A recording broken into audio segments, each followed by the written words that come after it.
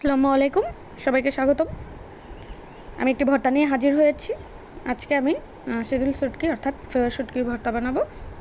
আমি প্রায় 8-10টা শুকনো মরিচ নিয়ে নিয়েছি। প্রথমে ধুয়ে নিয়েছিলাম, একটু পানিতে ভিজা রেখে তারপর বাটতেছি, আর না হলে কিন্তু মরিচ বাটা হয় না, যেহেতু মরিচের বিচি খুব শক্ত থাকে।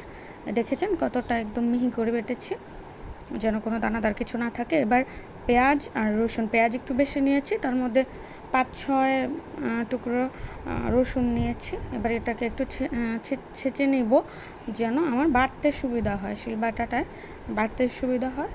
দেখতেছেন কীভাবে করতেছে, আপনারা এটা ফলো করবেন। আমি এটায় ছেঁচার পরে অল্প একটু লবণ দিয়ে নেব, অল্প একটু লবণ দিয়ে তারপর আবার বাটাটা শুরু করব।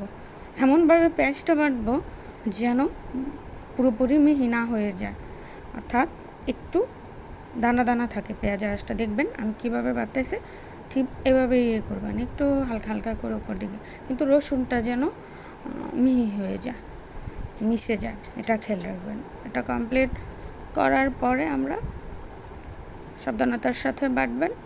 হাতে আবার অনেকের অভ্যাস না থাকলে হাত জ্বলবে। তো এটা বাটা হয়ে গেলে আমরা পুরো দমে মেখে নেব, মরিচের সাথে হাত দিয়ে সুন্দর করে মাখায় নেব, দুটা মিক্সড করে ফেলবো, যেন ভর্তাটা খেতে স্বাদ হয়। দেখেছেন কি সুন্দর লাগছে। আর এটার মধ্যে আরেক লবণ দিয়ে দিব। লবণ চাওয়ার পরে দেখবো যে পরিমাণ মতো একটু লবণ দিয়ে মেখে নেব ভালো করে।